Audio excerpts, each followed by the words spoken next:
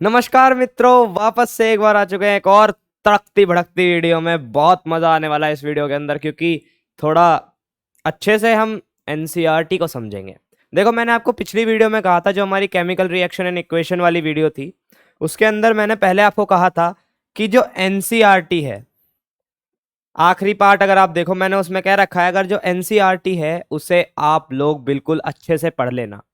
अब देखो, मैंने सोचा कि चलो थोड़ी सी मदद और कर देते हैं, जब हमने इतनी कर दी तो। जो केमिकल रिएक्शन एंड इक्वेशन वाली वीडियो थी, उसके अंदर हमने सारी एक्टिविटी एक्सप्लेन नहीं कर पाए थे। ठीक है, तो अब हम आ गए हैं एक इसकी सेपरेट वीडियो लेके, हर एक NCERT activity of chapter 1 chemical reaction and equation की एक्सप्लेनेशन देने के लिए। तो अब देखो, अगर जब एनसीईआरटी एक्टिविटीज की एक्सप्लेनेशन देनी है, तो मैंने सोचा फोटोज वगैरह क्यों ऐड करनी, अपने हाथ से डायग्राम ड्रॉ कर देंगे। और तुम्हें पता है तुम्हारे भाई की ड्राइंग कितनी अच्छी है, देख लेना, वो तुम पता चल जाएगा तुम्हें। तो चलिए शुरू करते हैं वीडियो को। सबसे पहली एक्टिविटी, ये हमने उस वीडियो में भी डिस्कस करी थी, केमिकल रिएक्शन एंड इक्वेशन वाले में, जो मैग्नीशियम रिबन की बर्निंग है। देखो, मैग्नीशियम रिबन, सबसे पहले हमारा एम क्या है? हमारा एम है कि हमें रिएक्शन करवानी है, ऑब्जर्वेशन करनी है उस रिएक्शन की जो मैग्नीशियम रिबन और ऑक्सीजन के बीच में होती है। ठीक है, अब देखो, यहां से मैंने आपको एक क्वेश्चन बताया था इंपॉर्टेंट। प्रोसीजर क्या है? हमने पहले एक मैग्नीशियम रिबन लेना है। ठीक है, देखो, हमने ये मैग्नीशियम रिबन लिया। ठीक है, ये मैग्नीशियम रिबन है। फिर इसे साफ करना है, clean it with sand paper. अब देखो, इसे सैंड पेपर से साफ किया क्यों जाता है? जो सैंड पेपर है ना, जब हम मैग्नीशियम रिबन को खाली रखा छोड़ देते हैं ना कुछ टाइम के लिए, तो अब जैसे ये ऑक्सीजन के साथ रिएक्ट करेगा, तो क्या उस टाइम ऑक्सीजन के साथ रिएक्ट नहीं कर सकता?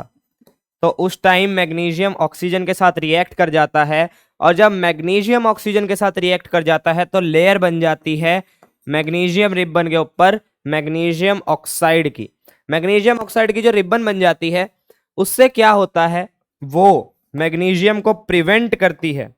जो मैग्नीशियम रिबन है, ये मैग्नीशियम ऑक्साइड की लेयर हो गई, ये मैग्नीशियम रिबन को प्रिवेंट करेगी किस चीज से? Prevent it from burning. इसे बर्न होने से प्रिवेंट करेगी मैग्नीशियम रिबन। मैग्नीशियम रिबन को मैग्नीशियम ऑक्साइड के लेयर बर्न होने से प्रिवेंट करेगी।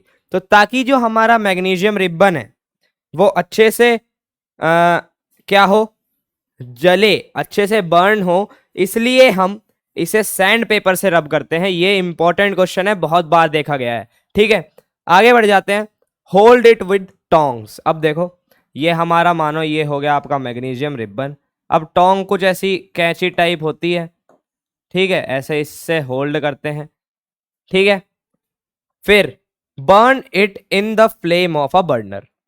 ये हमारा, मान लो आप, बंसन बर्नर हो गया। ठीक है, अब हम मैग्नीशियम रिबन को, ये क्या है, बंसन बर्नर है। ठीक है, ये क्या है आपका, मैग्नीशियम रिबन है। और ये है आपकी टोंग्स। ठीक है, इससे आपने मैग्नीशियम रिबन को होल्ड कर रखा है टोंग्स से। जो मैग्नीशियम रिबन है उसे आप बंसन बर्नर के पास ले गए, उसमें आग जल रही है। ये थोड़ी आग, हाँ मैं समझता हूँ मेरी ड्राइंग कुछ ज़्यादा अच्छी है। देखो, ये इसके अंदर आग जली हुई है। ठीक है, अब ये जो आग के अंदर जब हम मैग्नीशियम रिबन को लाते हैं ना, तो जब मैग्नीशियम रिबन बर्न होता है, देखो मैग्नीशियम रिबन बर्न होगा ना, तो हमें नीचे क्या रखना है? नीचे होगी एक वॉच ग्लास। ये क्या है आपका, वॉच ग्लास। अब जब मैग्नीशियम रिबन बर्न होगा, तो इसके अंदर से सबसे पहले तो क्या होगा, magnesium burn with a bright white flame. ये वाइट फ्लेम के साथ बर्न होगा, या फिर हम इसे कह सकते हैं डैजलिंग वाइट फ्लेम के साथ बर्न होता है मैग्नीशियम। ठीक है। डेजनिंग व्हाइट फ्लेम के साथ मैग्नीशियम जब बर्न होगा तो वॉच ग्लास के अंदर एक सब्सटेंस बन जाएगा व्हाइट कलर का, और इस व्हाइट कलर के सब्सटेंस को हम क्या बोलते हैं? मैग्नीशियम ऑक्साइड बोलते हैं। अब व्हाइट पाउडर ऐश, ऐश लिखा है ना इसने, ऐश क्या होता है? बचा कुचा माल जो जलने के बाद कुछ बच जाता है ना, उसे हम ऐश बोलते हैं। तो वॉच ग्लास के अंदर क्या पड़ी है? व्हाइट पाउडर पड़ा है, ऐश पड़ी है, जो मैग्नीशियम रिबन को बर्न करने के बाद बनी है। ठीक है। रिएक्शन क्या होती है इसकी? रिएक्शन देखो, रिएक्शन बहुत सिंपल है। अब देखो, बंसन बर्नर मैंने आपको बता तो दिया, अब हम इसे खाली बर्नर लिख देते हैं ताकि हमारे पास थोड़ा स्पेस बन जाए, क्योंकि ये इतनी अच्छी ड्राइंग में मिटाना नहीं चाहूंगा। अब देखो इसकी रिएक्शन क्या होती है। हमने पढ़ा था कि बैलेंसिंग बहुत ज्यादा इंपॉर्टेंट है, तो हम बैलेंस करके ही इसकी रिएक्शन लिखेंगे। ठीक है। देखो क्या होती है, Mg when burned in the presence of oxygen, ठीक है, Mg when burned in the presence of oxygen it gives us magnesium oxide। मैंने क्या बोला? मैंने थोड़ी अंग्रेजी झाड़ दी। जब मैग्नीशियम को ऑक्सीजन की प्रेजेंस में जलाया जाता है तो वो हमें क्या देता है? एक व्हाइट पाउडर देता है जिसे हम बोलते हैं मैग्नीशियम ऑक्साइड पाउडर। ठीक है। एक्सप्लेनेशन क्या है कि जब मैग्नीशियम रिएक्ट करता है ऑक्सीजन से तो क्या बनाता है? Magnesium oxide. ये इन्होंने अंग्रेजी में लिख दिया है, magnesium reacts with oxygen to form magnesium ribbon. यहां बस एक चीज भूल गए, magnesium reacts with oxygen while burning. ठीक है। जब बर्न हो रहा हो तो ऑक्सीजन की प्रेजेंस होती है, तब मैग्नीशियम रिबन बर्न होता है और हमें मैग्नीशियम ऑक्साइड का पाउडर मिलता है। ये क्या दिखाता है हमें? ये दिखाता है एक केमिकल रिएक्शन। हमने पढ़ा था ना कि केमिकल रिएक्शन को कैसे ऑब्जर्व करें। ये हो रही है केमिकल रिएक्शन क्योंकि एक नया सब्सटेंस फॉर्म हो रहा है। ठीक है। प्रोडक्ट एक नया सब्सटेंस है। आगे बढ़ते हैं अगली एक्टिविटी पे जो कि है 1.2। हमें इसके अंदर क्या देखना है? देखो ये बहुत इंटरेस्टिंग एक्टिविटी है। To observe the reaction between lead nitrate and potassium iodide solutions. देखो लेड नाइट्रेट क्या होता है? लेड नाइट्रेट होता है PbNO3 होल ट्वाइस, और पोटेशियम आयोडाइड होता है Ki। ठीक है, ये होता है पोटेशियम आयोडाइड। अब देखो क्या होगा, क्या मतलब क्या होगा अगर हम इन दोनों के बीच में रिएक्शन करवाएं। रिएक्शन करवाने का क्या मतलब है मेरा? देखो हमारे पास दो बीकर हैं, ये एक बीकर, ये दूसरा बीकर। अब एक बीकर के अंदर ये रहा है, पानी भर दिया। ठीक है, पानी तो नहीं है ये, मतलब ये सॉल्यूशन है क्योंकि हमारी ड्राइंग बहुत अच्छी है। अब देखो ये क्या है? ये है हमारा lead nitrate PbNO3 whole twice, और ये क्या है? ये है हमारा पोटेशियम आयोडाइड। अब देखो हमें क्या क्या लेना है? एक लेड नाइट्रेट का सॉल्यूशन एक टेस्ट ट्यूब में, और अनदर टेस्ट ट्यूब में लेना है पोटेशियम आयोडाइड का सॉल्यूशन जो हमने ले लिया। ठीक है, मिक्स बोथ सॉल्यूशन। अब देखो या तो आप Ki को इसमें डाल दो या फिर आप PbNO3 को इसमें डाल दो, कुछ भी कर लो, रिजल्ट दोनों से सेम आने वाला है। अब देखो रिजल्ट क्या आएगा जब हम PbNO3 होल ट्वाइस के अंदर पोटेशियम आयोडाइड का सॉल्यूशन डालेंगे तो हमें रिजल्ट क्या मिलेगा? हमें मिलेगा KNO3 यानी कि पोटेशियम नाइट्रेट प्लस PbI2 यानी कि लेड आयोडाइड। ठीक है, अब इसके आगे दो लगा दो। ठीक है, ये मिलेगा हमें रिजल्ट।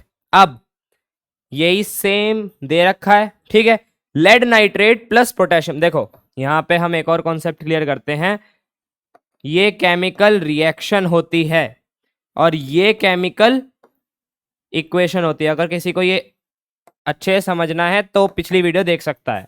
देखो केमिकल रिएक्शन लिखी जाती है वर्ड्स की फॉर्म में और उसका सिंबॉलिक रिप्रेजेंटेशन होता है केमिकल इक्वेशन।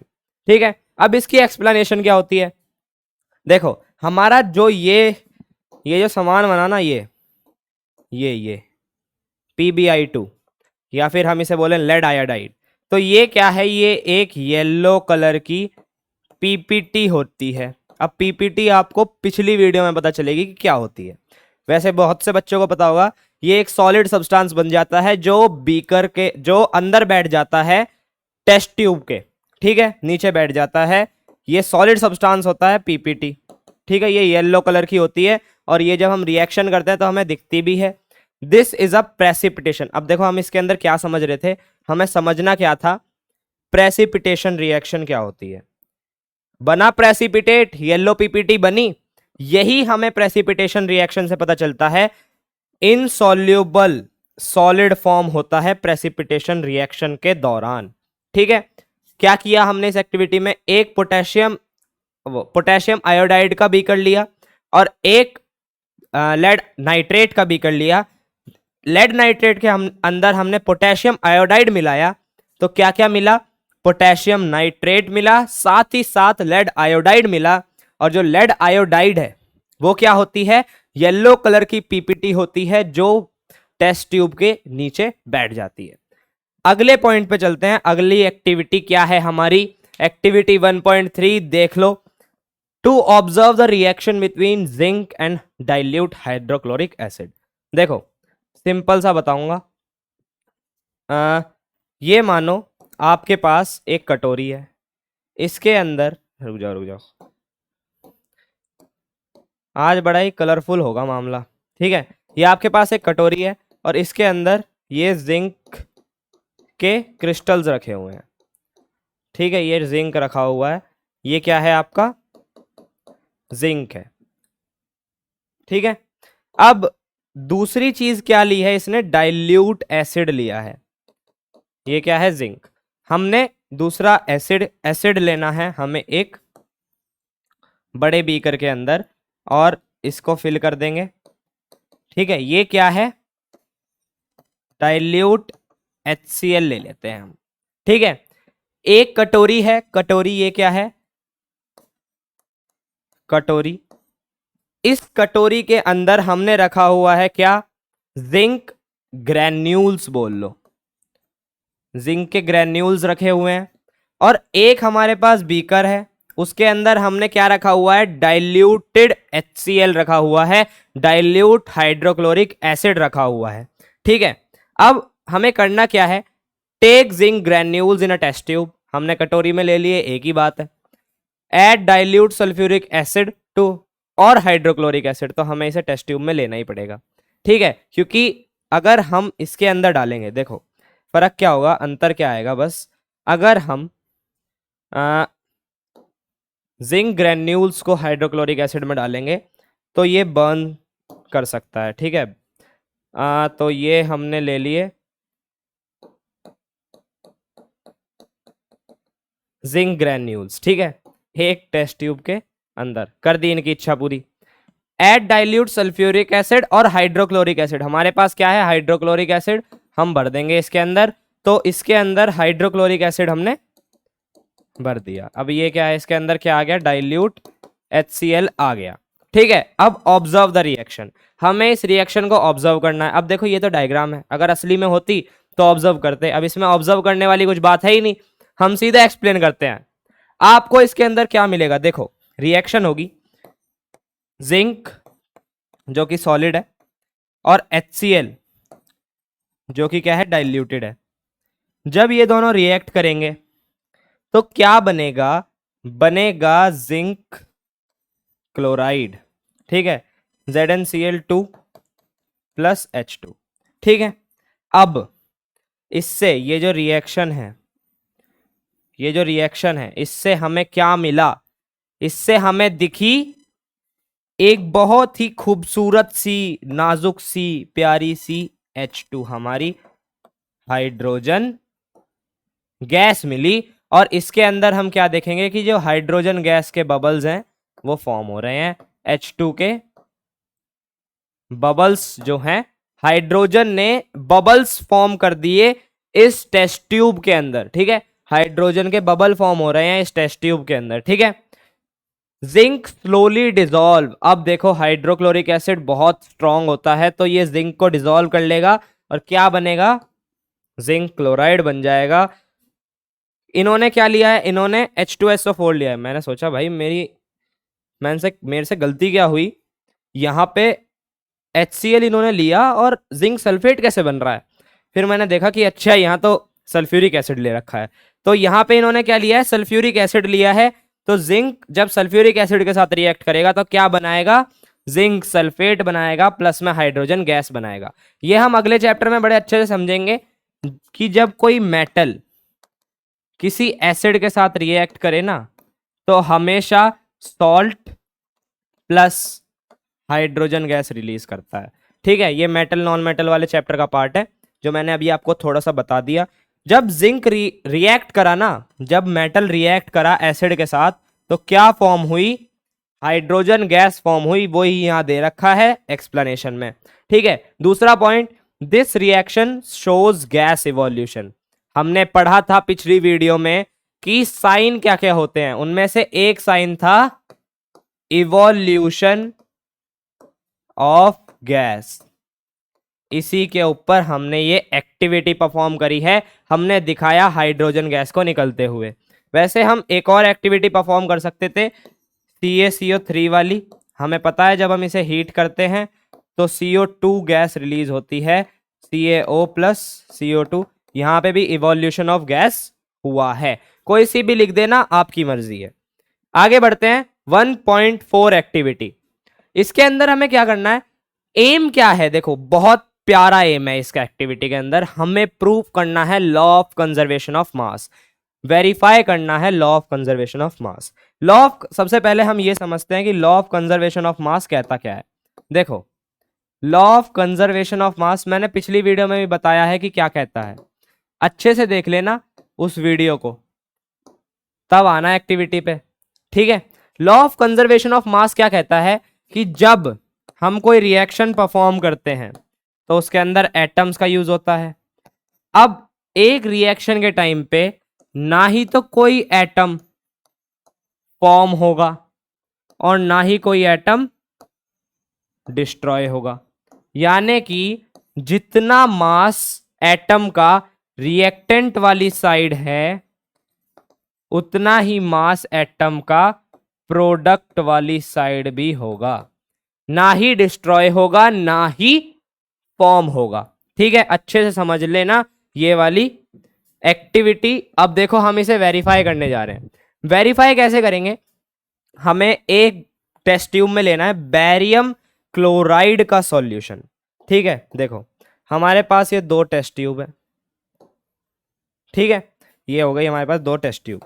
अब इसके अंदर हमें क्या लेना है, एक लेना है बेरियम, या फिर रुको वाइट तो पीपीटी फॉर्म ही होगी मैं वाइट कलर से बना रहा हूं। ये देखो ये हो गया आपका टेस्ट ट्यूब, इसके अंदर क्या ले लिया आपने, बेरियम क्लोराइड का सॉल्यूशन, ठीक है। और दूसरा आपको लेना है सोडियम सल्फेट का सॉल्यूशन। दो सॉल्यूशन हो गए, बेरियम क्लोराइड और सोडियम सल्फेट, दो टेस्ट ट्यूब के अंदर।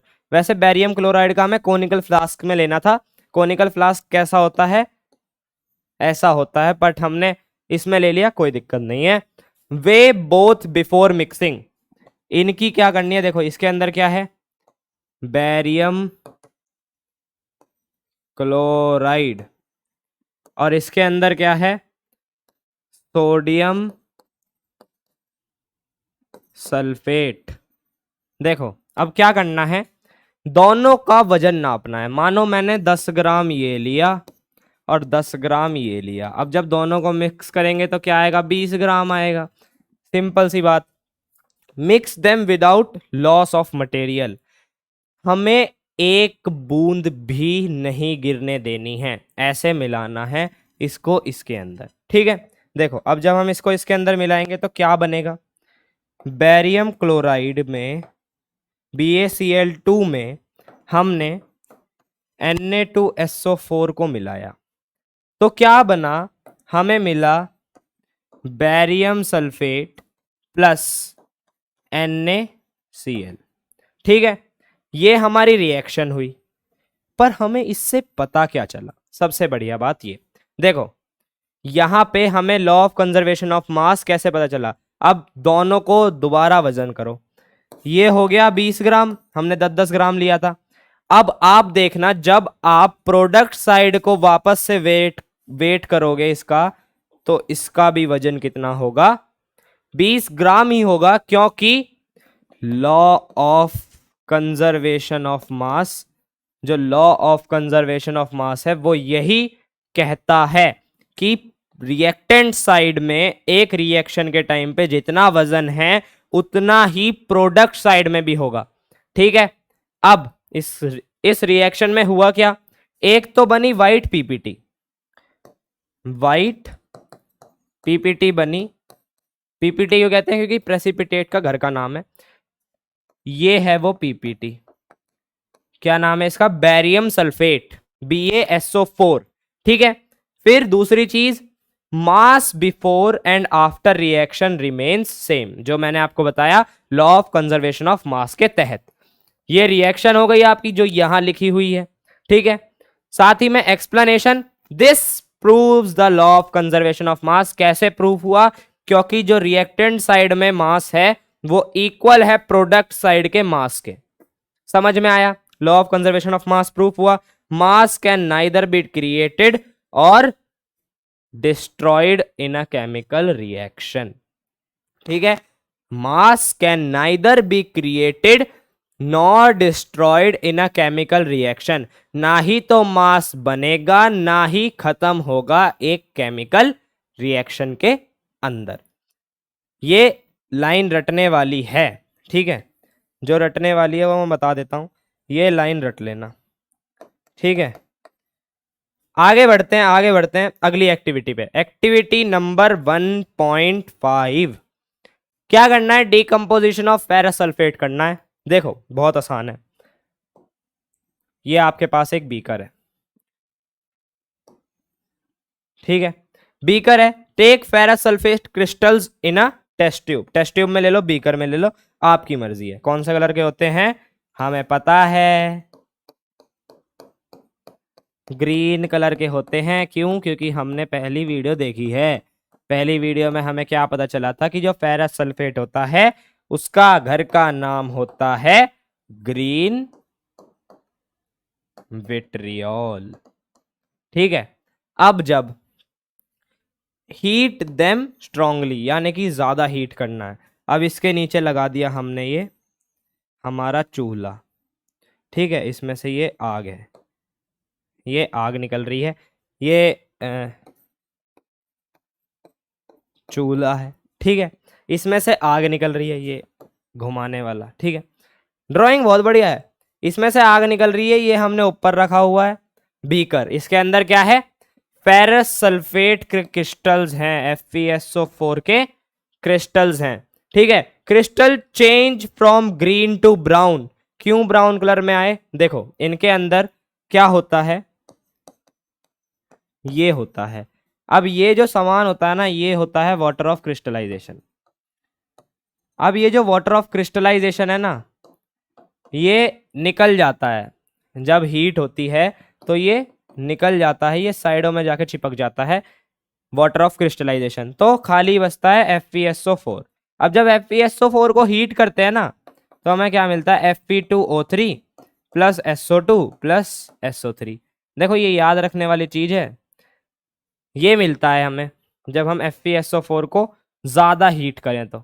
ठीक है, कम हीट करें तो खाली वाटर ऑफ क्रिस्टलाइजेशन बाहर आ जाएंगे, ये हमें पता चल गया, यहाँ पे चिपक जाएंगे आके, तो ये बच जाएगा व्हाइट कलर का।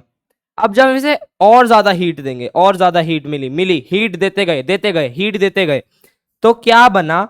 Fe2O3 बना। ठीक है, इसे हम क्या बोल सकते हैं? ये क्या है? देखो ये 3 वाला है, यानी कि फेरिक ऑक्साइड है ये।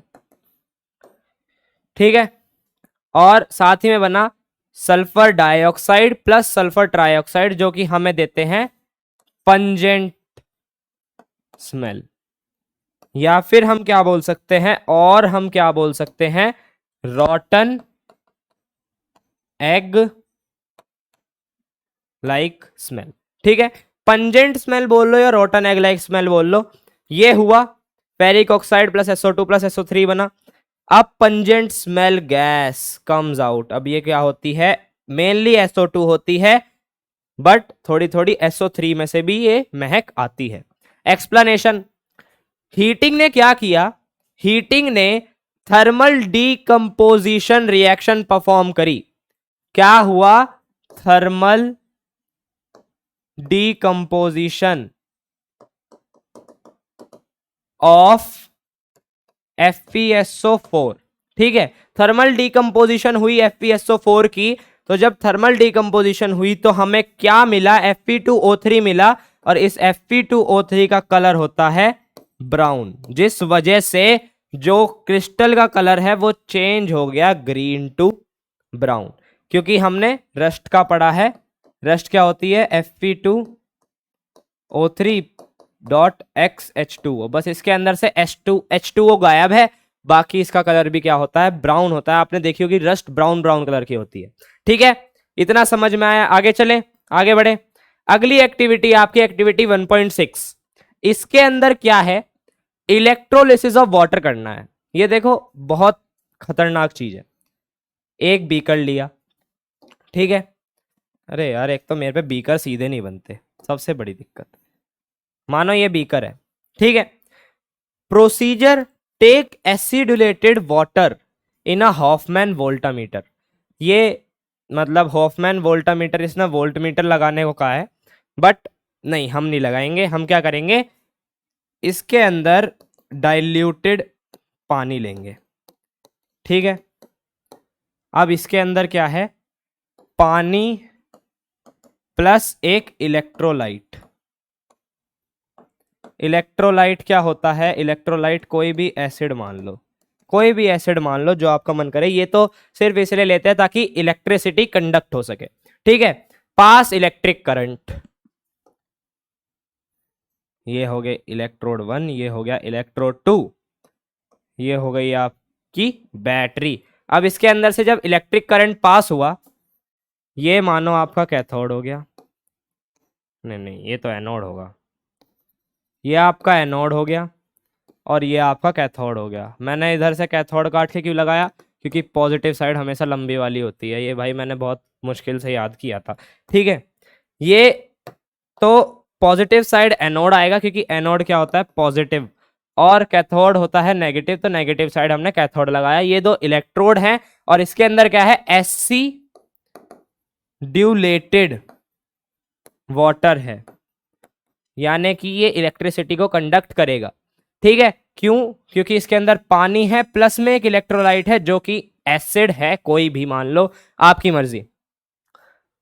ऑब्जर्वेशन, हाइड्रोजन गैस कैथोड की तरफ कलेक्ट हुई, ठीक है। यहां पे हाइड्रोजन निकलती हुई दिखेगी और यहां पे ऑक्सीजन निकलती हुई दिखेगी। अब देखो ऐसा क्यों हुआ, हाइड्रोजन गैस, पानी का फॉर्मूला क्या होता है, H2O, ठीक है। अब कैथोड के ऊपर बबल जो हैं वो ज्यादा बनेंगे, कैथोड पे जो बबल्स हैं वो क्या होंगे, ज्यादा बनेंगे। अब देखो एक्सप्लेनेशन की जरूरत है, क्यों बनेंगे। जो पानी है ना, उसके अंदर H2 की जो हाइड्रोजन की मात्रा है वो ऑक्सीजन के 2 गुना है, 2x ऑफ ऑक्सीजन है। यानी कि अगर एक एटम है ऑक्सीजन का तो हाइड्रोजन के कितने होंगे, 2 होंगे। इससे हमें क्या पता चला कि जो हाइड्रोजन की क्वांटिटी है वो ज्यादा है ऑक्सीजन से, यानी कि हमें कैथोड के ऊपर जो बबल्स हैं वो ज्यादा दिखेंगे as compare to anode. Hydrogen gas collected at cathode, oxygen gas collected at anode. Hydrogen volume is double oxygen. इसने क्या बोला कि जो हाइड्रोजन की वॉल्यूम है ना वो ऑक्सीजन से 2 गुना है। अरे अरे अरे सॉरी, हाँ, वो ऑक्सीजन से 2 गुना है। यानी कि अगर ऑक्सीजन के 3 मॉलिक्यूल हैं, ऑक्सीजन के 3 एटम हैं, तो हाइड्रोजन के कितने एटम होंगे, 6 एटम होंगे, डबल एटम्स होंगे, क्योंकि जो हाइड्रोजन की वॉल्यूम है वो डबल है ऑक्सीजन से। रिएक्शन क्या होगी, जब पानी टूटेगा, देखो यहां पे हमने पानी के अंदर, पानी के कितने मॉलिक्यूल लिए, देखो अच्छे से क्लियर करता हूं। पानी के कितने मॉलिक्यूल हैं, 2 मॉलिक्यूल हैं, दिख रहे हैं। रिएक्शन हुई, इलेक्ट्रोलिसिस हुई, ठीक है। यहां पे आगे जाके कितने H2 बनेंगे, कितने H2 बनेंगे आप बताओ। 2 H2 बना दूं, पक्का बना दूं। 2 H2 बन गए और 1 O2 बन गया। ऑक्सीजन के कितने मॉलिक्यूल, 1 मॉलिक्यूल ऑक्सीजन का। हाइड्रोजन के कितने मॉलिक्यूल, 2 मॉलिक्यूल। तो क्या पता चला, ऑक्सीजन से डबल आती है हाइड्रोजन, तो इस वजह से कैथोड पे ज्यादा बबल्स फॉर्म होते हैं as compare to anode.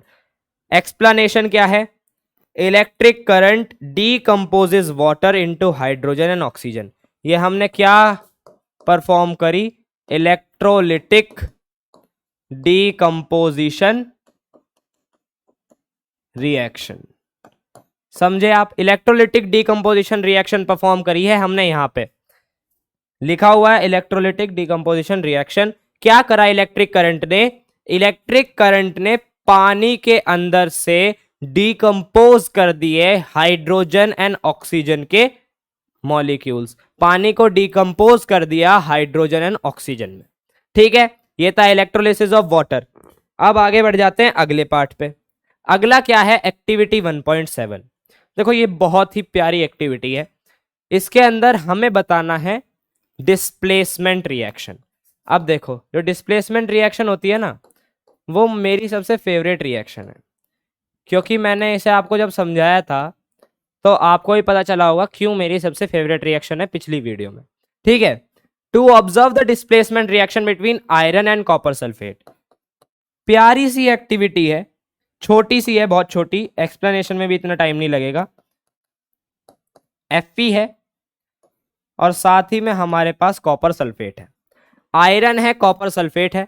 Copper sulphate हमने किस में लिया, ये एक टेस्ट ट्यूब है, ठीक है। इस टेस्ट ट्यूब के अंदर हमने कौन सा पानी लिया, इसके अंदर हमने लिया, मतलब इसके अंदर हमने सॉल्यूशन लिया of copper sulphate. Copper sulphate है इस टेस्ट ट्यूब के अंदर।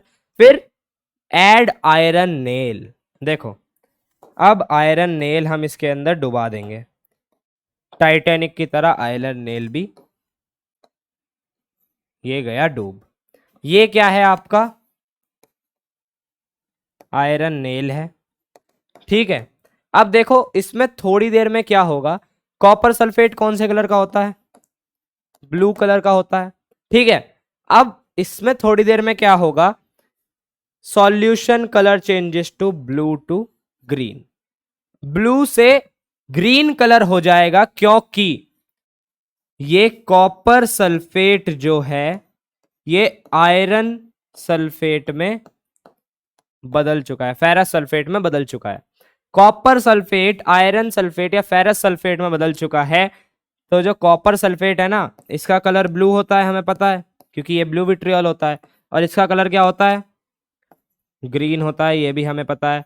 अब आप ये समझ गए होंगे कि जो सॉल्यूशन का कलर था वो ब्लू से ग्रीन क्यों हुआ, क्योंकि फॉर्मेशन ऑफ फेरस सल्फेट हो गई उस सॉल्यूशन के अंदर। क्यों, अब इसके अंदर देखो और क्या है, और क्या होगा, जो ब्राउन कलर का माल है ना, ये क्या है, इम्प्योरिटी। ब्राउन कलर की इम्प्योरिटी सेटल डाउन हो जाएगी, नीचे आ जाएगी। ब्राउन नहीं, sorry sorry sorry sorry sorry, गलत हो गया, गलत हो गया, आई एम रियली सॉरी। ये ब्राउन कलर नेल के ऊपर जमा हो जाएगा, ब्राउन कलर नेल के ऊपर जमा हो जाएगा, ठीक है। क्यों हो जाएगा, क्योंकि जो कॉपर सल्फेट है जब वो आयरन सल्फेट में चेंज हुआ तो कॉपर बचा। अब कॉपर ब्राउन कलर का होता है, रेडिश ब्राउन कलर का, तो वो आके आयरन नेल के ऊपर चिपक जाएगा, ठीक है। तो इसके ऊपर से हम कॉपर छुटा सकते हैं बाहर निकालने के बाद, और ये क्या बन जाएगा, फेरस सल्फेट बन जाएगा। तो पूरी रिएक्शन क्या होगी, यही होगी। Fe ने कॉपर को लात मारी, थप्पड़ मारा, चल ठीक है, कॉपर को थप्पड़ मार के भगाया और क्या बनाया, फेरस सल्फेट बना दिया जो कि ग्रीन कलर का है। ठीक है, और कॉपर को हटा दिया, बेचारा कॉपर सिंगल रह गया, अकेला हो गया। ठीक है, और फेरस जो था वो सल्फेट को लेके चला गया, फेरस सल्फेट उसने बना दिया। Iron displaces copper from copper sulphate, यही हुआ, आयरन ने कॉपर को भगा दिया और इसकी जो ब्राउन कलर का जो कॉपर है ना, वो आयरन के ऊपर आके चिपक गया। तो आप टिश्यू पेपर के ऊपर जब भी आप ये रिएक्शन परफॉर्म करोगे, आपने डाला, आयरन नेल डिप करा, जैसे ही थोड़ी देर बाद निकालोगे ना, तो टिश्यू पेपर के ऊपर आप बीट करके देखना आयरन नेल को, उसके ऊपर से ब्राउन कलर का कुछ ना कुछ निकलेगा, जो रेडिश ब्राउन कलर का होगा वो क्या होगा, कॉपर होगा, बचा कुचा, असली नहीं है, असली कुछ नहीं होता। ठीक है, और this is a displacement reaction, यही डिस्प्लेसमेंट रिएक्शन थी, इसलिए मेरी बहुत पसंदीदा, छोटी सी है और बहुत प्यारी रिएक्शन है।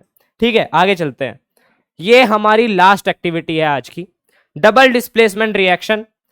सेम एक एग्जांपल लेंगे, वही वाला, आप सही समझ रहे हैं। एक टेस्ट ट्यूब में बेरियम क्लोराइड और दूसरे टेस्ट ट्यूब में सोडियम सल्फेट। ठीक है, एम क्या है, सबसे पहले एम है डबल डिस्प्लेसमेंट रिएक्शन को समझना, कि डबल डिस्प्लेसमेंट रिएक्शन भैया आखिरकार होती कैसे है, ये समझना। अब प्रोसीजर, एक सोडियम सल्फेट का सॉल्यूशन ले लिया, एक बेरियम क्लोराइड का सॉल्यूशन ले लिया, दोनों को क्या कर दिया, मिक्स कर दिया। ठीक है, यहां लिख दो मिक्सिंग। तो बेरियम क्लोराइड प्लस Na2SO4 करा हमने, तो बेरियम सल्फेट बना प्लस NaCl बना। समझ गए ये बात, तो बहुत नॉर्मल सी बात थी, ये बात तो आप समझ गए होगे। ये क्या होती है, वाइट पीपीटी होती है, अभी बताया था कुछ देर पहले। ठीक है, तो white precipitate of barium sulphate बन गया। ये क्या है, ये double displacement plus precipitation reaction, ये दोनों रिएक्शन है। ठीक है, दोनों रिएक्शन के तौर पे लिख सकते हो आप इसे, डबल डिस्प्लेसमेंट भी है और प्रेसिपिटेशन रिएक्शन भी है।